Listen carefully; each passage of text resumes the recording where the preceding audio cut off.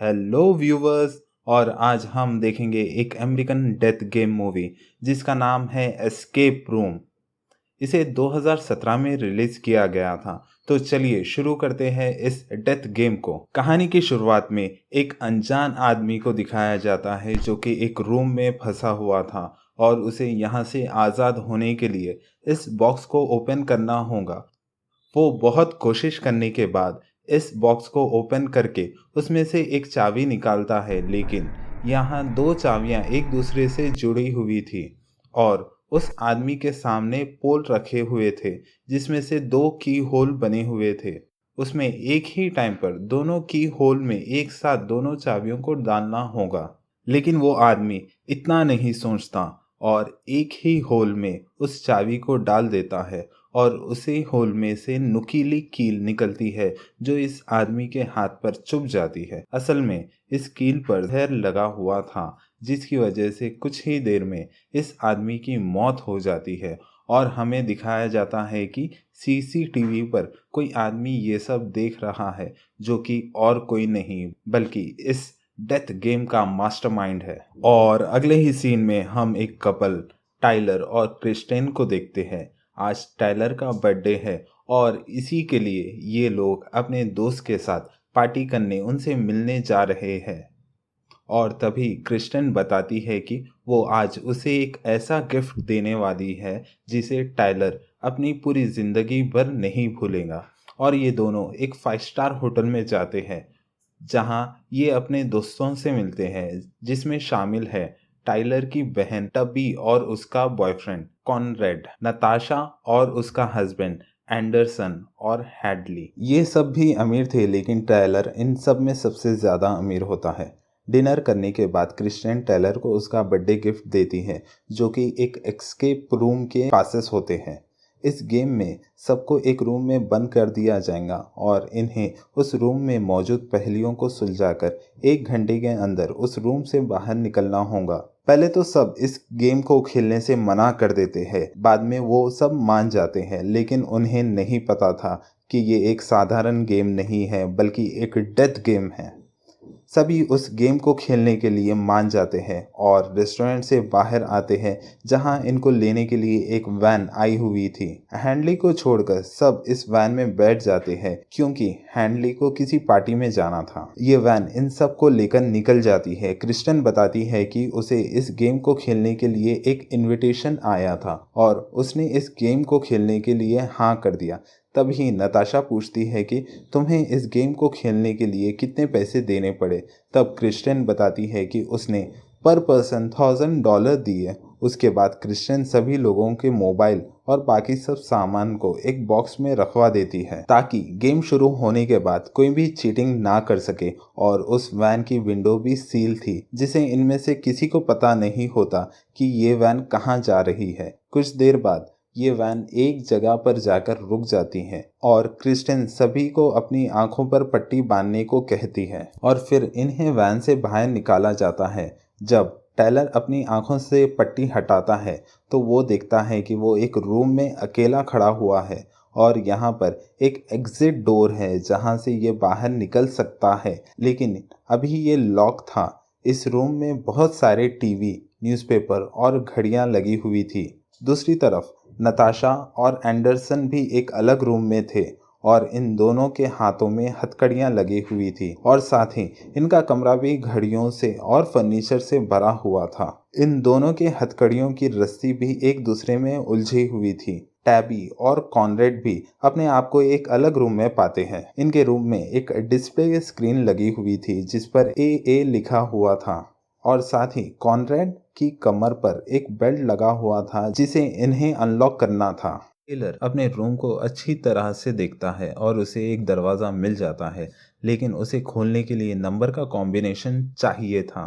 नताशा और एंडरसन में झगड़ा हो जाता है क्योंकि एंडरसन इस हथकड़ियों की रस्सी जो एक दूसरे में उलझी हुई थी उसे सुलझा नहीं पा रहा था। कुछ देर बाद नताशा अपना दिमाग चलाती है और उस रस्सी को सुलझा लेती है और वो एक दूसरे से अलग हो जाते हैं और हथकड़ियों को खोलने के लिए चाबी को ढूंढने लगते हैं। दूसरी तरफ कॉर्नेट की बेल्ट खोलने के लिए इन्हें 4 नंबर का कॉम्बिनेशन चाहिए था। थोड़ी देर कोशिश करने के बाद टेडी इस बेल्ट को खोल लेती है और हमें ये भी दिखाया जाता है कि इस गेम का मास्टरमाइंड इन सब को सीसीटीवी पर देख रहा है और टेलर दिखता है कि उसका और एंडरसन का रूम एक दूसरे के पास है, बस उनके बीच में सिर्फ एक डोर है जो कॉम्बिनेशन से खुल सकता है। एंडरसन बताता है कि उसके रूम में बहुत सारा फर्नीचर और 4 घड़ियां लगी हुई थी जो कि बंद पड़ी हुई थी। टाइलर पूछता है कि वो चारों घड़ियां किस टाइम पर रुकी हुई थी। एंडरसन टाइलर को उन सभी घड़ियों का टाइम बताता है और टाइलर उन नंबर का कॉम्बिनेशन लॉक में डालता है और दरवाजा खोल लेता है। इसी बीच नताशा टाइलर से बहुत चिपक रही थी। ऐसा लग रहा था कि इन दोनों में कुछ सीक्रेट अफेयर्स चल रहा है।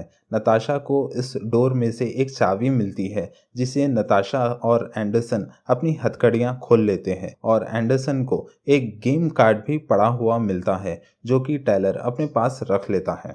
और फिर ये तीनों अगली पहेली को खोजने लग जाते हैं और नताशा की नज़र उन रूम में लगी हुई शार्प पेंटिंग पर पड़ती है और नताशा कहती है कि हमें इन पेंटिंग को इन जानवरों के फुट चेन के हिसाब से अरेंज करना होगा और वो लोग ये अरेंज करने लग जाते हैं और ऐसा करते ही वहाँ रूम का और एक हिस्सा खुल जाता है जहाँ पर टेडी और कॉर्नेट थे। मतलब इन तीनों के एस्केप रूम आपस में ही एक दूसरे से जुड़े हुए थे, लेकिन इन्हें टेडी और कॉर्नेट के कमरे में से कोई आवाज़ सुनाई नहीं दे रही थी। अब ये तीनों वापस से टेलर के कमरे में आते हैं जहां पर कुछ देर ढूंढने के बाद इन्हें एक दरवाज़ा मिलता है जो कि कॉनरेड के कमरे से जुड़ा हुआ था, लेकिन इस दरवाजे को खोलने के लिए भी इन्हें एक चाबी चाहिए थी। टाइलर देखता है कि यहाँ की एक घड़ी में सिर्फ घंटे का कांटा लगा हुआ था जिसे वो बाहर निकाल लेता है और ऐसी घड़ी ढूंढने के लिए कहता है जिसमें सिर्फ मिनट का कांटा लगा हुआ हो।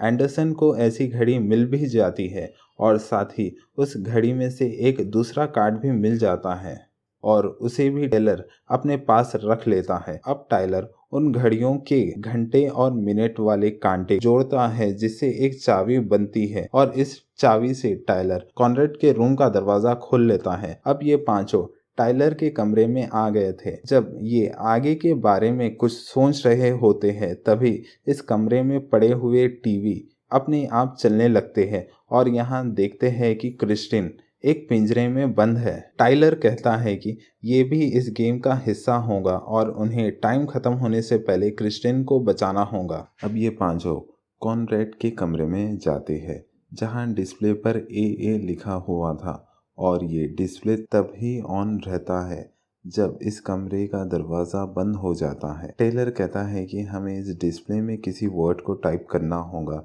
अब ये सभी वर्ड की स्पेलिंग का क्लू खोजने में लग जाते हैं और टेलर को कॉनरेड के बेल्ट में तीसरी गेम का कार्ड मिल जाता है।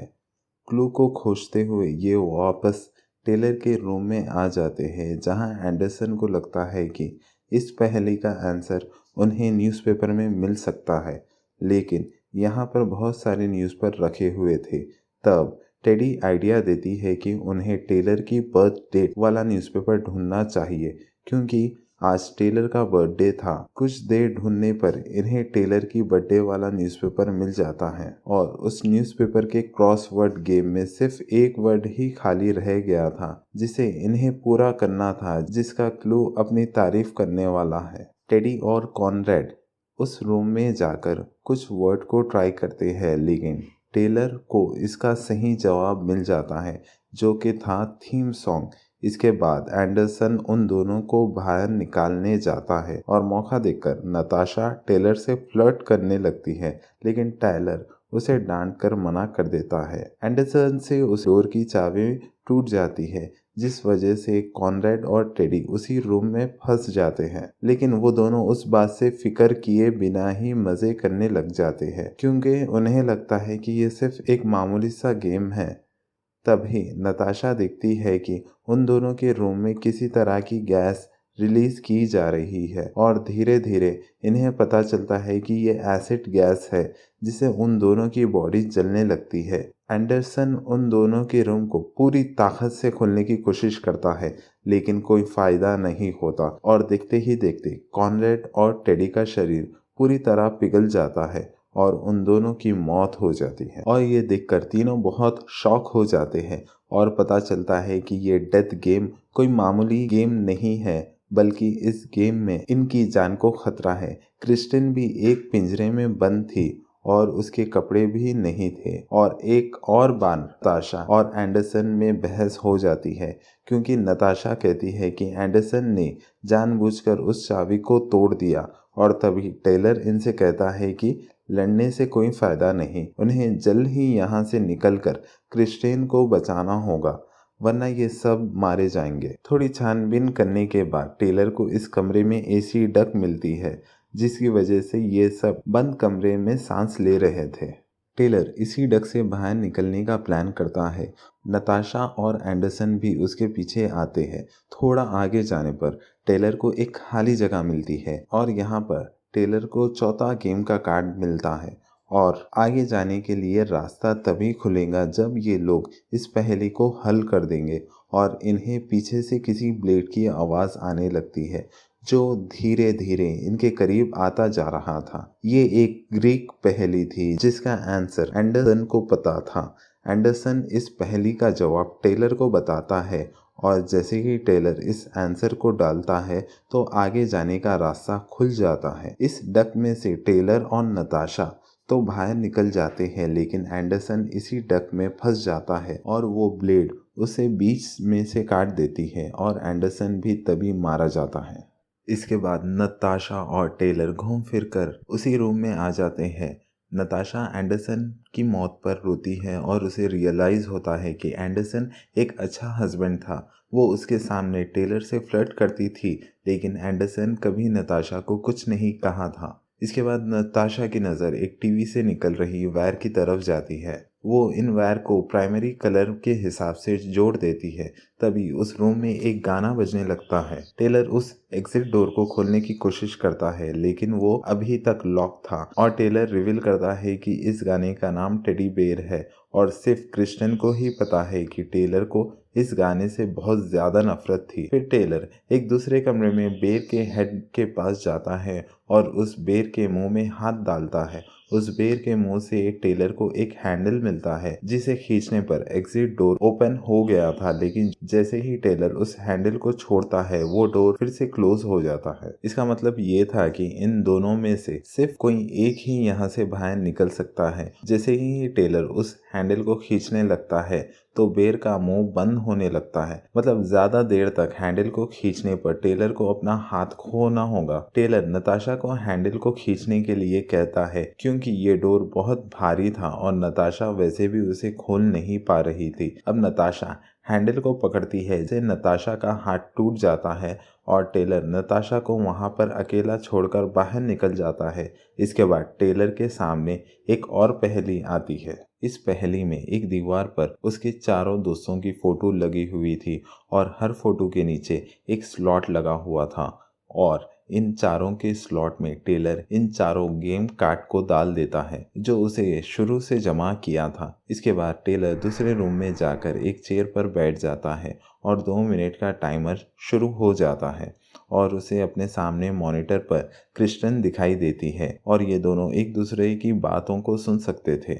और साथ ही साथ दोनों के आगे 2 बटन भी लगे हुए थे, जिसमें टेलर के पास 2 ऑप्शन थे, या तो वो खुद की जान बचा सकता है या क्रिस्टियन की जान। लेकिन टेलर को अब क्रिस्टियन पर बहुत ज़्यादा शक हो गया था कि इस गेम के पीछे क्रिस्टियन का ही हाथ है और क्रिस्टियन ही उन सबको यहाँ पर लेकर आई थी ताकि टेलर और उसके सारे दोस्त यहाँ पर मारे जाए। टेलर क्रिस्टियन पर चिल्लाता है कि उसने ऐसा क्यों किया और क्रिस्टियन उसे समझाती है कि इन सब में उसका कोई हाथ नहीं है और वो खुद भी यहाँ पर फंसी हुई है। लेकिन टेलर को उस पर यकीन नहीं होता और वो खुद को बचाने वाला बटन दबा देता है। लेकिन क्रिस्टियन ने खुद को नहीं बल्कि टेलर को बचाने वाला बटन दबाया हुआ था, यानी कि इस गेम के पीछे उसका कोई हाथ नहीं था और इस गेम में इन दोनों को एक दूसरे की जान बचानी थी।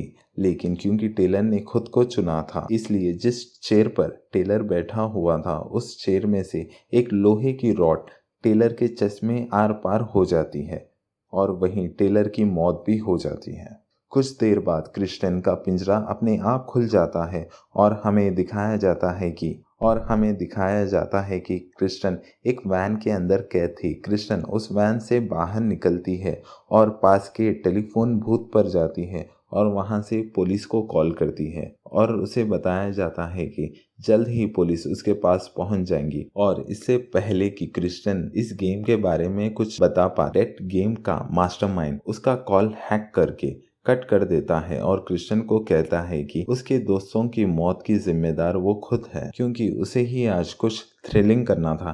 क्रिस्टन उस मास्टरमाइंड को पुलिस की धमकी देती है, लेकिन मास्टरमाइंड कहता है कि अगर वो पुलिस को सब कुछ बता भी देंगी तब भी पुलिस वाले उसकी बात पर यकीन नहीं करेंगे, क्योंकि क्रिस्टन को नहीं पता था कि ये एस्केप रूम किस जगह पर है या उसके दोस्त की लाश कहाँ पर है। और इतना कहकर मास्टरमाइंड कॉल काट देता है और क्रिस्टिन डर के मारे वहीं बेहोश हो जाती है। और साथ ही हमें दिखाते हैं कि मास्टरमाइंड एक अमीरों की पार्टी पर नज़र बनाए हुए था, जिसमें क्रिस्टिन की दूसरी दोस्त हैंडी गई हुई थी और शायद ये लोग इस मास्टरमाइंड के अगले शिकार होंगे। और यहीं पर ये मूवी एंड हो जाती है। तो दोस्तों, आपको ये मूवी कैसी लगी और मेरा एक्सप्लेनेशन कैसा लगा, कमेंट्स में ज़रूर बताना। और इस वीडियो के लिए एक लाइक तो बनता है, चैनल को सब्सक्राइब भी कर देना। ओके, फिर मिलते हैं आपसे अगले वीडियो में।